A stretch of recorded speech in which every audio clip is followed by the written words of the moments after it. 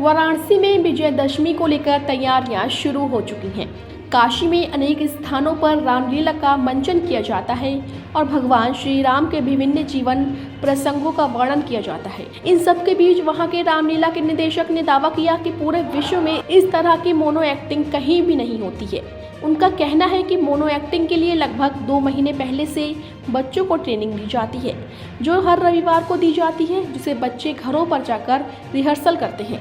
भगवान नारद का अभिनय करने वाले कृष्ण कुमार मिश्रा और भगवान राम का अभिनय करने वाले हर्ष कुमार ने बताया कि मोनो एक्टिंग के जरिए रामायण के विभिन्न प्रसंगों का वर्णन किया जाता है, जो अपने आप में काफी चुनौतीपूर्ण होता है। हम लोग पढ़ाई के साथ ही यहाँ पर प्रत्येक रविवार को आकर ट्रेनिंग लेते हैं, जिसका विजयदशमी के दिन मंचन किया जाता है।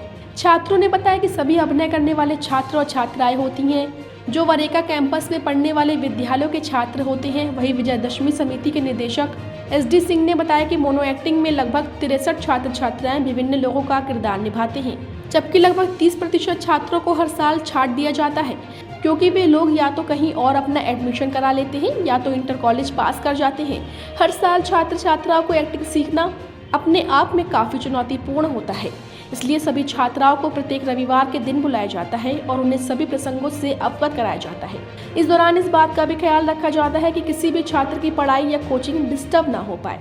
उनका दावा है कि संपूर्ण विश्व में इस तरह की कहीं भी मोनो एक्टिंग द्वारा भगवान श्री राम के वनागमन से लेकर रावण वध तक का मंचन नहीं किया जाता है। उन्होंने बताया कि इस मोनो एक्टिंग के दौरान भारतीय लोकगीत की 14 विधाओं, जिसमें सोहर, चौपाइयाँ, कजरी, कव्वाली, बटेर सहित अन्य चीज बोली जाती हैं, जो कहीं भी लिखित नहीं है।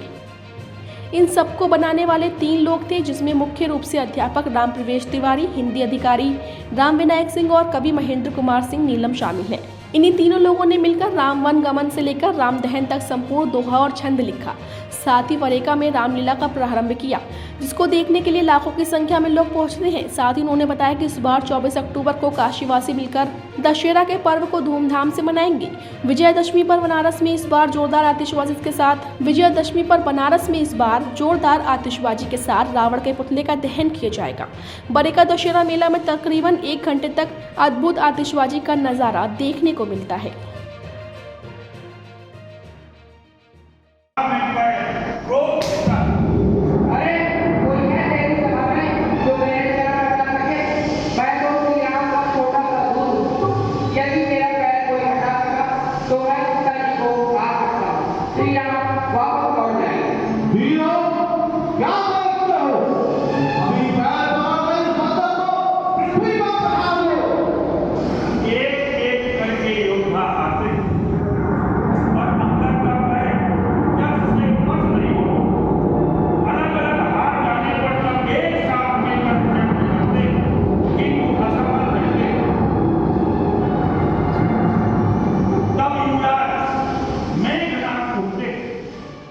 हम यहाँ पे 2 साल से काम कर रहे हैं। यहाँ इस बार हमें नारद का रोल मिला है।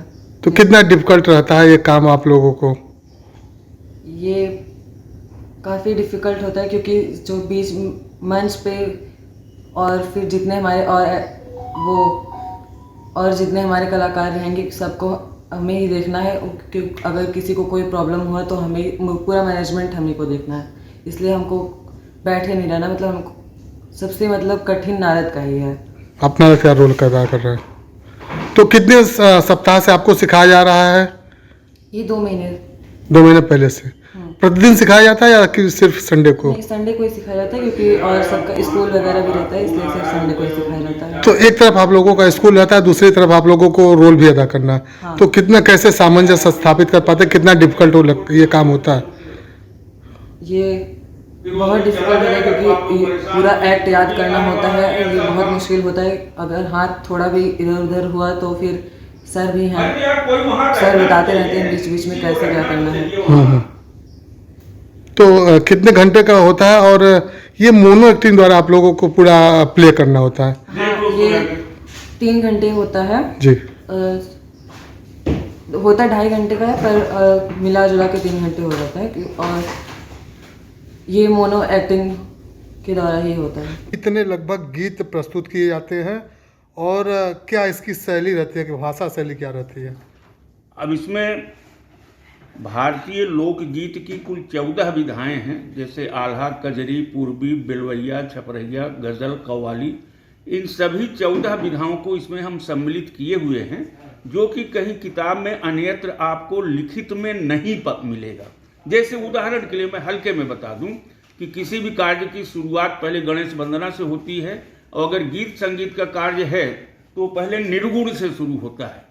तो निर्गुण चूंकि अब इतने बड़े कोई हमारे यहाँ विद्वान नहीं थे कि स्वयं रचित कर लेते, लेकिन किसी न किसी गीत के बोल को, उसकी राग को लेकर के गीत बनाए जाते हैं। जैसे राम वन गमन से हम लीला को अपने प्रारंभ करते हैं, तो राम जब वन को चलते हैं तो कौशल्या माता विलाप करती हैं। अब उस पर निर्गुण हमें देना ही देना है, क्योंकि प्रथम गीत है। अब प्रथम गीत ये है कि राग उसकी ली गई थी, जो पहले प्रचलित गीत था कि भंवरवा के तोहरा संग जाई, ये तर्ज थी। इस पर हम कौशल्या के गीत को लिए कि आजू मोहे राम की सुधियाई, रिम झिम मेघा बरसे, पवन बहे पुरवाई, कौन बिरिछ तरु भीजत हुई है, राम लखन दुनो भाई। अब एक तर्ज लिया गया है कहाँ से, लेकिन गीत बनाया गया है। तो ऐसे जितने भी पात्र हैं लगभग गीत सभी में है। ये गीत किसके द्वारा रचित है? ये पंडित राम प्रवेश तिवारी रागेश एक इंटर कॉलेज के अध्यापक थे और बहुत बड़े कवि भी थे वो, और राम विनायक सिंह हिंदी अधिकारी DLW में थे, और महेंद्र कुमार सिंह नीलम कवि भी थे। ये 3 आदमी मिल करके शुरुआती से रूपक की संरचना किए हैं, वही गीत वगैरह बनाए हैं। इसके बाद उनके न रहने पर जब से मैं संभालना शुरू किया हूँ, तो मैं YouTube से खोज कर एक 2 लाइन के गीत इसमें लगाना शुरू कर दिया। आप बता दें। SD सिंह, विजयदशमी समिति निदेशक।